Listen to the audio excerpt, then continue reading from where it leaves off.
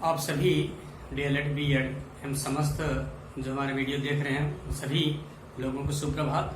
मैं कमलेश कुमार, तारकेश्वर नारायण अग्रवाल शिक्षा प्रशिक्षण महाविद्यालय आरा। आज का हमारा टॉपिक है विद्यालय में योग की अवधारणा, अर्थ, महत्व क्या है। तो आज जो हमारी वैश्विक महामारी चल रही है उसको देखते हुए सभी जो लोग घर में रह रहे हैं, जो लोग ऑफिस से जाने का प्रयास कर रहे हैं, जो लोग क्वारंटाइन हैं, जो हमारे छात्र हैं, बच्चे हैं या जो हमारे बुजुर्ग हैं, उन सभी के लिए केंद्र सरकार, राज्य सरकार और समस्त संस्थाएं यह अपील कर रही है बार बार कि आप घर में रहें और घर में रहने के साथ साथ अपनी जो शरीर की इम्यूनिटी बढ़ाने का प्रयास करें। तो उस इम्यूनिटी को बढ़ाने के लिए सबसे सरल, सबसे कम खर्च में हमारा योग है। योग करने से हम अपने बॉडी को, हम अपने शरीर को सुरक्षित कर सकते हैं, अपने शरीर की ताकत को बढ़ा सकते हैं, जिससे हमारे ऊपर जितने भी हमारे ऊपर लगने आने वाले बीमारी, कोरोना वायरस इत्यादि रोगों से हम निजात पा सकते हैं, इनको जो है रोक सकते हैं। अगर हमारे बॉडी में, हमारे शरीर में ताकत, एनर्जी रहती है तो तमाम प्रकार के रोगों हमसे या व्यक्ति से दूर रहने का प्रयास करते हैं या दूर रहता है। तो इसी को आज हम आपको बताने का प्रयास करेंगे। तो इसमें डीएलएड में दिया गया है 3rd यूनिट में क्वेश्चन, विद्यालय में योग, कि विद्यालय में योग कराने से क्या फायदा है, बच्चों को ऊपर इसका क्या प्रभाव पड़ेगा। उसके बाद इसका जो अर्थ क्या है, इसकी उत्पत्ति कैसी हुई है, इसके बारे में मैं आपसे इस वीडियो के माध्यम से चर्चा करूंगा। तो आइए चलते हैं, देखते हैं योग की अवधारणा क्या है। योग प्रणिनि में योग शब्द की उत्पत्ति मूर्जी योगे नंबर 1, नंबर 2 युज समाधो तथा युज संयमने, ये 3 धातुओं से माना है कि ये बना हुआ है, ये इन्हीं से निकला हुआ है।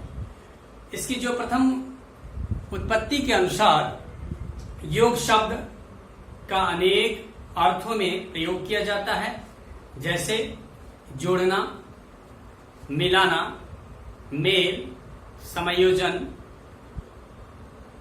ये ऐसे हैं, या इसी के आधार पर हम जीवात्मा और परमात्मा का मिलन ही योग कहलाता है। इसे संयोग की अवस्था को समाधि की संज्ञा दी जाती है, जो कि जीवात्मा और परमात्मा की क्षमता होती है। इसको और क्लियर करने के लिए महर्षि पतंजलि ने योग शब्द को समाधि के अर्थ में प्रयोग किया है। व्यास जी ने भी योग समाधि कहकर योग शब्द का अर्थ समाधि ही किया है। जैसे वाचस्पति ने भी यही मत की है कि संस्कृति, व्याकरण के आधार पर योग शब्द की उत्पत्ति निम्न प्रकार से की जाती है।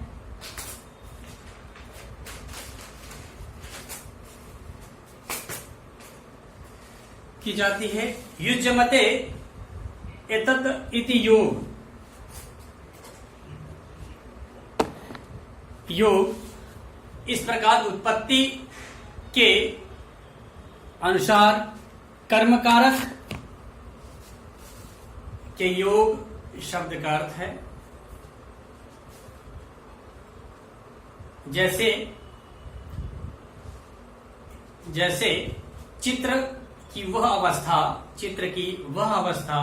चित्र की समस्त वृत्तियों में एकाग्रता आ जाती है, यहाँ पर योग का प्रयोग होता है।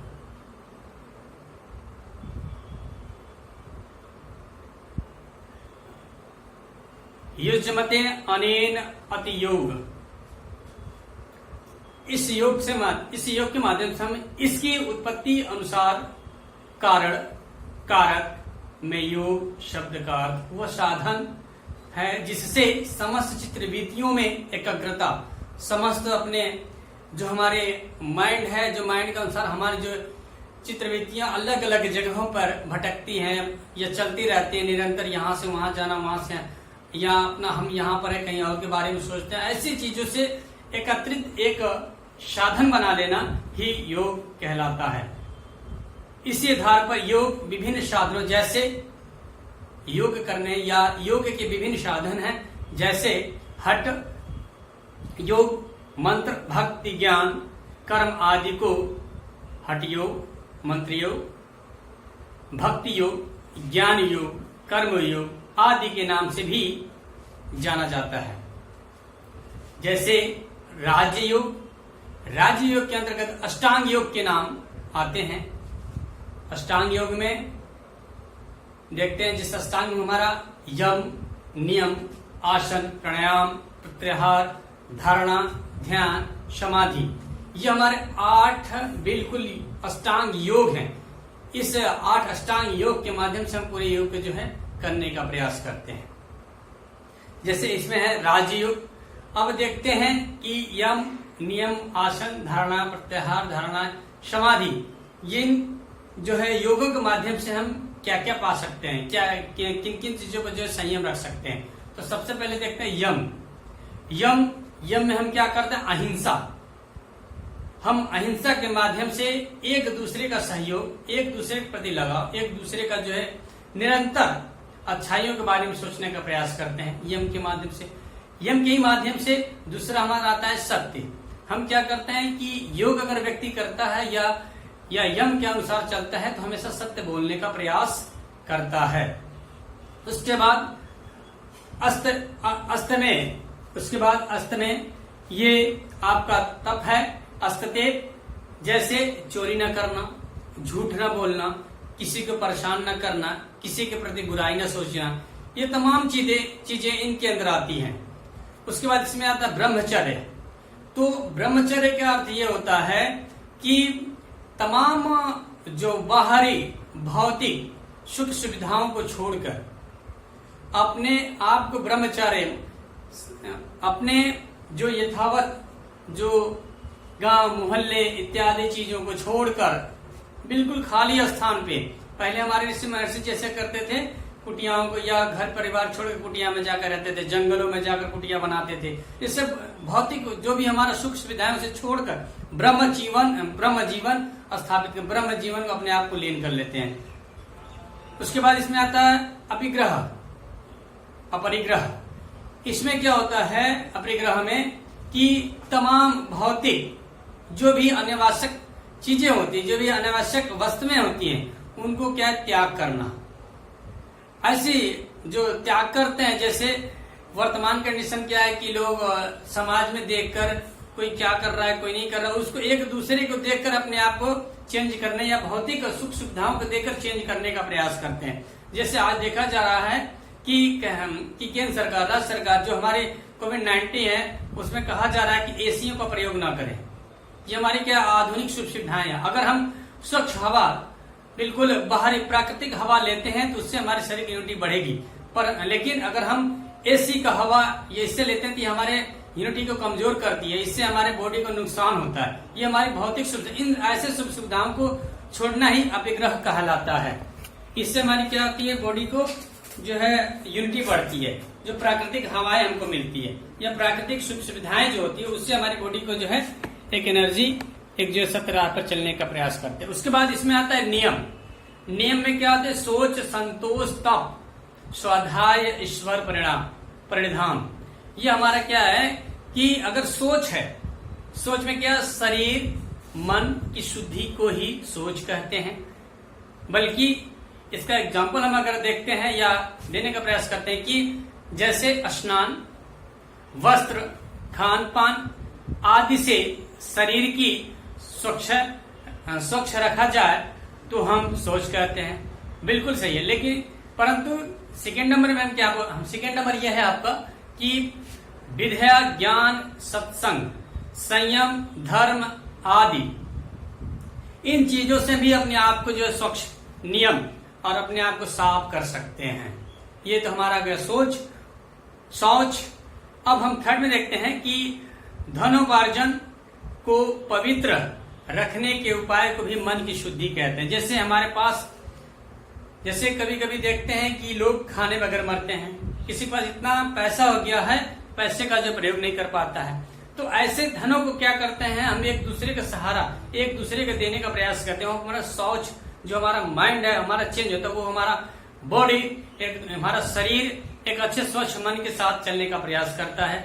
ऐसे जगह पर धन पार्जन या ऐसे जगह धनों का जो है दे, जिससे जो लेने वाला व्यक्ति है उसको भी थोड़ा सा महसूस हो कि हमने या हमारे लिए इन्होंने, इन व्यक्तियों ने अच्छा कार्य किया है, हमें जीने के लिए, हमें खाने पीने के लिए कुछ हमारे लिए उपलब्ध। जैसे आज के दिन देख रहे हैं कोविड-19 में कुछ ऐसे हमारे मजदूर हैं, कुछ ऐसे हमारे साथी हैं जो खाए बगैर रह रहे हैं, जो हमारे संसाधनों का जो है प्रयोग नहीं कर पा रहे, उनको मिल नहीं रहा उस प्रकार से अपना जीवन किसी तरह काटे। उसी प्रकार से ऐसे धनोपार्जन को जो ऐसे जगहों पर लगाया जिससे लगे कि नहीं हमें हमारे धनों की जो पवित्रता है, हमारे धन जो सफल है, हमारे धन कमाने का जो जरिया है वो बहुत सुंदर है, हमारी सोच जो भी है वो बहुत अच्छी है। उसके बाद इसमें आता है संतोष। संतोष में क्या होता है कि अपनी योग्यता और अधिकार के अनुरूप, अपनी योग्यता व अधिकार के अनुरूप अपनी शक्ति, सामर्थ्य, ज्ञान, विज्ञान तथा उपलब्ध संसाधनों द्वारा पूर्ण पुरुषार्थ करने से प्राप्त फल से ही प्रसन्न रहने को संतोष कहते हैं। जैसे इसमें कहा गया है कि जो हमारे पास वर्तमान में, जैसे आज के डेट में देखेंगे कि कोविड-19 में जितने भी हमारे मजदूर वर्ग हैं या जो भी रोजमर्रा की जिंदगी जीते हैं, उनके पास जो भी है 10 रुपए हैं, तो 10 रुपए में ही अपने आप को जो है व्यतीत कर लेते हैं, उसी को पुरुषार्थ, उसी को संतोष कहते हैं। नहीं, आज के डेट में किसी के पास 10 रुपया की जगह 500 रुपया लेंगे, फिर भी उसको जो संतोष नहीं है, वो और उसको लेने की और बढ़ाने का प्रयास करता है। लेकिन जिसके पास 500 ही है, वो 500 में संतोष करता है और अपने आप को आगे बढ़ाने का प्रयास करता है। जैसे सपोज एग्जाम्पल, अभी बिहार के ही एक ऐसा जगह है जहां पर एक ऐसे आईएएस का जो है निर्माण, ऐसे आईएएस बच्चा बना है, छात्र बना है, जिसके पिता जो है ठेला गाड़ी भेजते थे। उन्होंने उतने पैसे में संतोष करके अपने पुरुषार्थ को अपने बच्चे के साथ दिखाया कि तुम आगे बढ़ो, हम तुम्हारे साथ हैं, हमारे पास जितना है, जो हमारा धन है, जो हमें मिलता है, वही हमारा जो है सोच, वही हमारे जो शुद्धि है, उतना में हमें आगे बढ़ना है, न कि हमें किसी और के धन को लूटना है, लेना है, जबरदस्ती छीनना है। ऐसे संतोष अगर जिस व्यक्ति के पास होता है, वो अमूमन 100% वो आगे बढ़ता है और बढ़ने का प्रयास करता है। इसे कहते हैं संतोष। उसके बाद इसमें तप आता है। जीवन के लक्ष्य को पूरा करने के लिए हानि, लाभ, दुख, सुख, भूख, प्यास, गर्मी, सर्दी, मान, अपमान आदि छंदों को शांत धैर्य से सहन करने को ही तप कहते हैं।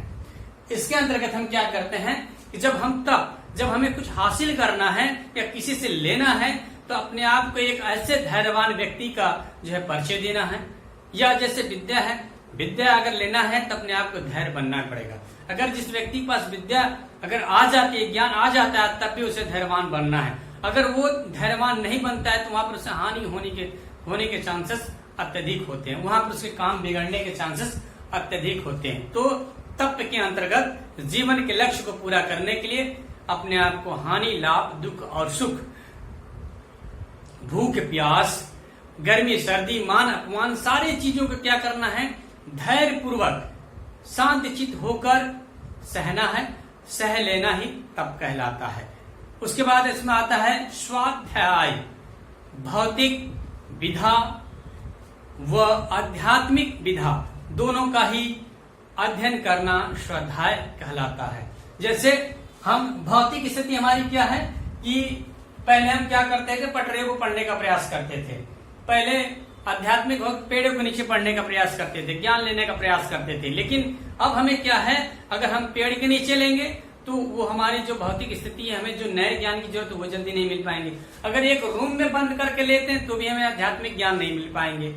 इस प्रकार से हमें दोनों जगहों का जो है ज्ञान लेना अति आवश्यक है। जैसे अगर हम भौतिक शिक्षा को लेकर दें तो भौतिक हमारे पास अनेकों प्रकार के तकनीक, अनेकों प्रकार के टेक्नोलॉजी आ गई है, जिसके माध्यम, जैसे अभी मैं आपको इस वीडियो के माध्यम से सभी लोग को बताने का प्रयास करता हूँ, ये भौतिक हमारी सुख सुविधा है। लेकिन हम जब अध्यात्म से जुड़ते हैं तो अध्यात्म का ज्ञान लेने के लिए भी हमारे भौतिक वातावरण से पूर्ण हो सकते हैं, परंतु जब तक ऋषि महर्षि, जब तक कुछ ऐसे ज्ञानियों से अपना मेल, अपना जो है संयोग नहीं बनाते, तब तक वो आध्यात्मिक ज्ञान मिलना मुश्किल होता है। यह आध्यात्मिक ज्ञान लेने के लिए ऐसी पुस्तकें हैं या उन पुस्तकों का जो है अध्ययन करना जरूरी होता है। तो स्वाध्याय का अर्थ यही होता है कि भौतिक विधा, जो भौतिक हमारी जो चल रही है स्थिति, उसको ज्ञान करना और आध्यात्मिक ज्ञान दोनों का अध्ययन करना ही स्वाध्याय कहलाता है। जैसे एग्जाम्पल के तौर पर इसको देखते हैं, केवल अगर भौतिक ज्ञान या केवल आध्यात्मिक ज्ञान से कोई भी प्राणी अपने लक्ष्य को पूरा करना चाहता है तो वो मुश्किल है, वो नहीं कर पाएगा। इस प्रकार से दोनों को मिलाकर ही करना या समन्वय में बना लेना ही अति आवश्यक है, जिससे हम सफलता प्राप्त कर सकते हैं। ये तो आपका हो गया स्वाध्याय। अब इसमें आगे हम चलते हैं आपको ईश्वर परिधान का अर्थ होता है लोक। ईश्वर परिधान का अर्थ होता है लोक में हम माता पिता, अध्यापक, अधिकारी आदि के प्रति समर्पण की भावना की बात करते हैं। इसका अर्थ यह होता है, यही अर्थ लिया जाता है कि जब माता पिता या हमारे शिक्षक जिस प्रकार का हमें राय देते हैं या हमें राय दिखाने का प्रयास करते हैं या हमारे प्रति जो भी करते हैं, उनके साथ अपने आप को हम रखें, उनको जब अपना आदर माने, उनके अनुसार अगर हम चलते हैं तो कहीं न कहीं ईश्वरी, कहीं न कहीं भगवान के रूप में हमें वो दिखाई देते हैं। इस तरह से हमें क्या करना है, ईश्वरी परिधान का यही अर्थ होता है कि ये लोक जो है हमारा, इस लोक में हमारे माता पिता, ईश्वर, अध्यापक, अधिकारी आदि के प्रति हम समर्पण, अपने आप को समर्पण आदि उनके साथ चलने का हम प्रयास करें, उन्हीं की भावना की बात करें। जैसे इसका और एक अर्थ होता है कि माता पिता, अध्यापक, अधिकारी कहें वैसा ही करना चाहिए जिसके प्रति आप समर्पित हो। यह हमारा हो गया ईश्वर परिधान। उसके बाद इसमें जैसे भक्ति, समर्पण, आज्ञा पालन। हम जैसे ईश्वर के साथ या ईश्वर के लिए अपनी भक्ति करते हैं, उसी प्रकार माता पिता को अपना देवता माने। उसके बाद समर्पण ही हमारा जो है संयम, समर्पण ही हमारा भगवान, समर्पण ही हमारा ज्ञान इत्यादि चीजें आती है। उसके बाद आज्ञा का पालन करना ही ईश्वरीय परिधान कहलाता है। जब हमारे अधिकारी, जब हमारे शिक्षक, हमारे जो भी बड़े बुजुर्ग हमें जिस प्रकार का जो है आदेश देते हैं, उस आदेश को पालन करना ही ईश्वरीय परिधान कहलाता है। उसके बाद इसमें आता है आसन। यह हमारा थर्ड है आसन। अब हमें जैसे हमने नियम में देखा, यम में देखा, नियम में देखा, अब हमारा आता है आसन। अब आसन क्या है, अष्टांग योग का आसन क्या है? आज आसन को योग का पर्याप्त आसन का मुख्य उद्देश्य शरीर को रोग मुक्त करना माना जाता है। आसन करने का गौण रूप शरीर लाभान्वित होता है। इसमें आपको इस आसन के अनुसार तमाम से आसन मिलेंगे, अनेकों प्रकार के आसन मिलेंगे जो आपके शरीर के लिए लाभदायक होते हैं करने के लिए। उसको हमें निरंतर करना चाहिए। प्रतिदिन कम से कम 1 घंटा आसन करना चाहिए। 1 घंटा आसन करना चाहिए। आसन करने से पहले अपने आप को शुद्धिकरण कर लें, शौच कर लें, जिससे या और भी है कि आसन करने से पहले हमें कुछ खाना नहीं चाहिए। 2 घंटा आसन करने से पहले हमें नहा लेना चाहिए। इस प्रकार के नियमों का हमें पालन करना चाहिए, जिससे हम आसन को शुद्धिकरण के साथ अपने बॉडी की इम्यूनिटी को बढ़ा सके, सांस लेने में प्रॉब्लम न हो, अपनी स्थिरता में प्रॉब्लम न हो। इन तमाम प्रकार के पद्धतियों का हमें प्रयोग करना चाहिए, जिससे हम आसन कर सके। ठीक है। उसके बाद इसी में चलता है, परंतु आसन का मुख्य उद्देश्य क्या होता है? इस आसन का मुख्य उद्देश्य क्या होता है? प्राणायाम, उसके बाद धारणा, ध्यान, समाधि। जब हम आसन के लिए बैठते हैं, अपने आप को शुद्धिकरण कर लेते हैं, तो हम प्राणायाम करने में आसानी होता है। अनुलोम विलोम इत्यादि चीजें कपालभाति करने में हमें आसानी होती है। उसके बाद धारणा, जो हम धारणा रखते हैं उसके प्रति अपनी चेतना रखते हैं। उसके बाद ध्यान, हम कहीं भी ध्यान लगाते हैं तो हमें ध्यान लगाने में आसानी मिलती है। समाधि मिलती, समाधि करने में भी हमें बिल्कुल शांत चित्त से मन से रहना चाहिए जिससे हमें आसानी हो। उसके बाद आता है प्राणायाम। इसमें देखते हैं प्राणायाम क्या है। आसन पर जैसे हमने 8 देखा ना, अष्टांग में चौथा है प्राणायाम। प्राणायाम से ज्ञान का आवरण, जो अज्ञान है या नष्ट होता है हमारा। अगर हम प्राणायाम करते हैं तो जो आवरण है या अज्ञान को दूर करने का प्रयास करते हैं इसके माध्यम से। तो ज्ञान के उत्कृष्ट, अपने ज्ञान को बढ़ाने के लिए, अपने बुद्धि को बढ़ाने के लिए हम क्या करते, प्राणायाम का प्रयोग, प्राणायाम आसन का प्रयोग करते हैं। जैसे कपालभाति, अनुलोम विलोम आदि प्राणायाम नहीं बल्कि श्वास क्रियाएं भी शामिल होती हैं। इस प्रकार से हम क्या करते हैं, प्राणायाम योग करने का प्रयास करते हैं। जैसे किसी व्यक्ति को सांस लेने में प्रॉब्लम है तो क्या करते हैं कि कपालभाति के माध्यम से अपनी सांस की स्थिरता को बढ़ा सकते हैं। लोम विलोम, अपने जो हमें सांस की गति है निकालने, बढ़ाने, रोकने, उसकी क्षमताओं को बढ़ा सकते हैं। नाक, अपने नोज के जो क्लियरिटी फ्रेश कर सकते हैं हम अनुलोम विलोम से। ये हमारे जो प्राणायाम के जो आसन होते हैं। अब आसनों के बारे में मैं कल इस वीडियो के माध्यम से ही बताने का प्रयास करूंगा, इसका महत्व के बारे में बताने का प्रयास करूंगा। लेकिन अभी हमारा क्या है, 5वां टॉपिक क्या है, प्रत्याहार। 5वां अष्टांग का 5वां रूप प्रत्याहार। प्रत्याहार आंख, कान, नासिका आदि 10 इंद्रियों की शाखाएं के विषयों को हरा कर मन, शांत, सात्विक और बाध्य की देने को प्रत्याहार कहते हैं। जैसे अभी मैंने कहा आंख, कान, नासिका आदि 10 इंद्रियों की संसार के विषयों से हराकर मन के साथ साथ रोक बांध देने का प्रत्याहार कहते हैं। जैसे किसी प्रकार के रोगों को रोक देना, इंद्रियों के माध्यम से अपने आप को करना। आंख, कान के जितने भी हमारे पास इंद्रियां हैं उन संसार विषयों के माध्यम से रोगों को हरा देना ही प्रत्याहार कहलाता है। जैसे अब अगला इसमें 6वां क्या टॉपिक है, क्या आपका धारणा मन की अपनी इच्छा से अपने ही शरीर के अंदर किसी एक स्थान को देखना या किसी एक स्थान को बांध कर रोकने का प्रयास करनी या किसी एक स्थान पे अपने आप को टिका के रखने को ही धारणा कहते हैं। जैसे या और ही इसको अलग से करने के लिए, अलग से देखने के लिए, वैसे तो हम शरीर को, मन को टिकाने या मुख्य स्थान मस्तक, ब्रह्मध्य, उसके बाद नाक का अग्रभाग, छिद्र का अग्रभाग, कंठ, हृदय, नाभि आदि को मानते हैं। परंतु इसमें से सर्वोत्तम स्थान हृदय प्रदेश को माना जाता है। जो हृदय प्रदेश का अभिप्राय शरीर के हृदय नामक अंग के स्थान से न होकर छाती के बीचों बीच, यहाँ जो हमारा होता है धारणा, यहाँ जैसा लगा लेते हैं और एक जगह इसके माध्यम से हम देखने का प्रयास करते हैं, उसी को हम धारणा कहते हैं। उसके बाद ध्यान हमारा है प्रायः मनुष्य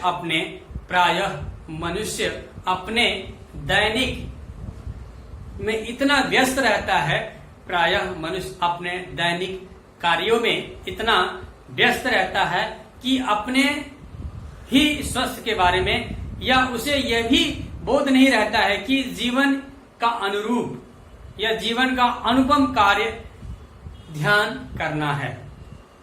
कुछ मनुष्य अपने जीवन की व्यस्त दिनचर्या में से ध्यान के लिए समय निकालते हैं, परंतु कुछ ऐसे मनुष्य, ऐसे प्राणी होते हैं जो दिनचर्या अपने कार्यों में व्यस्त होकर ध्यान करना भूल जाते हैं।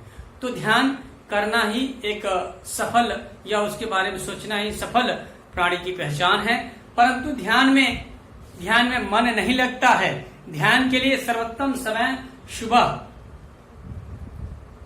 सुबह है 4 बजे आसन या सुबह 4 बजे के आसपास ध्यान की प्रक्रिया के अंतर्गत स्थिरता वो सुख पूर्वक बैठकर आंख कोमलता, उसके बाद कोमलता से बंद करके 200 यम नियमों चिंतन का अध्ययन करते हुए अवलोकन करते हैं।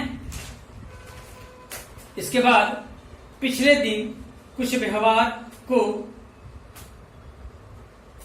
अनेक या उनके अनुरूप कितना चला पाए, कितने उसके पश्चात क्या हमें करना है, इन सारे चीजों को ध्यान के माध्यम से सोचने विचारने का जो है प्रयत्न करते हैं। उसके बाद वहां पर टिकाने का प्रयास इस आसन के माध्यम से, कि जैसे पिछले दिनों हमने कौन सा कार्य किया है, आगे हमें कौन सा कार्य करना है, या हम कौन से कार्य कर रहे हैं वर्तमान में, इन सारे चीजों को सोचने या आगे बढ़ाने में ध्यान हमारा महत्वपूर्ण योग माना जाता है। उसके बाद लास्ट आता है समाधि। समाधि ध्यान करते करते जब परोक्ष वस्तु का प्रत्यक्ष दर्शन होता है, उसे हम प्रत्यक्ष को ही समाधि कहते हैं। जैसे व्यक्ति जब समाधि में बैठ जाता है, जब उसकी सारे इंद्रियां काम करने लगती हैं, सभी अपने इसके आगे सात योग, आठ अष्टांग योग के अंतर्गत आपने 7 टॉपिक्स देखा है। उन सारे टॉपिकों का इसमें आठवें समाधि में सम्मिलित है। जब हम ध्यान, प्रत्याहार, नियम, यम के माध्यम से या अपने आप को धारणा रख लेते हैं, कर लेते हैं, तब योग करने के लिए हमें क्या करना है, समाधि की आवश्यकता पड़ती है। हमें जब समाधि योग के माध्यम से करते हैं तो उसमें क्या करते हैं कि अपने आप को, जो हमारी अप्रत्यक्ष चीजें हैं, जो अप्रत्यक्ष वस्तुएं हैं, जिसे हम देखने का प्रयास करें, हम उस समय उसको देख पाते हैं जब अपने आप को समाधि के रूप में रख देते हैं। समाधि का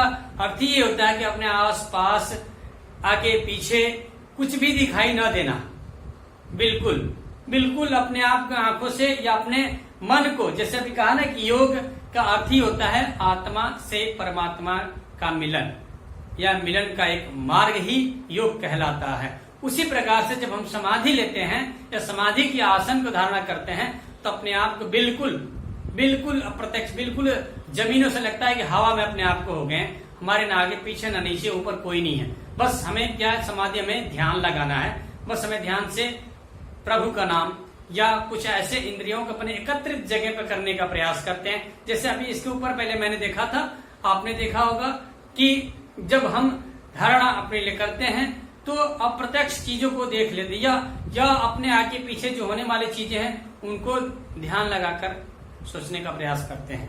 उसी प्रकार से ध्यान लगाना एक समाधि के रूप में वर्क करने लगते हैं। समाधि करना ही, बिल्कुल अप्रत्यक्ष चीजों को देखना ही जो है समाधि कहलाता है। जैसे जो आत्मा मात्र प्रयोजन, मुक्ति प्राप्ति के लिए योगी इस प्रयोजन की समाधि को पूर्ण करता है, उसे हम समाधि कहते हैं।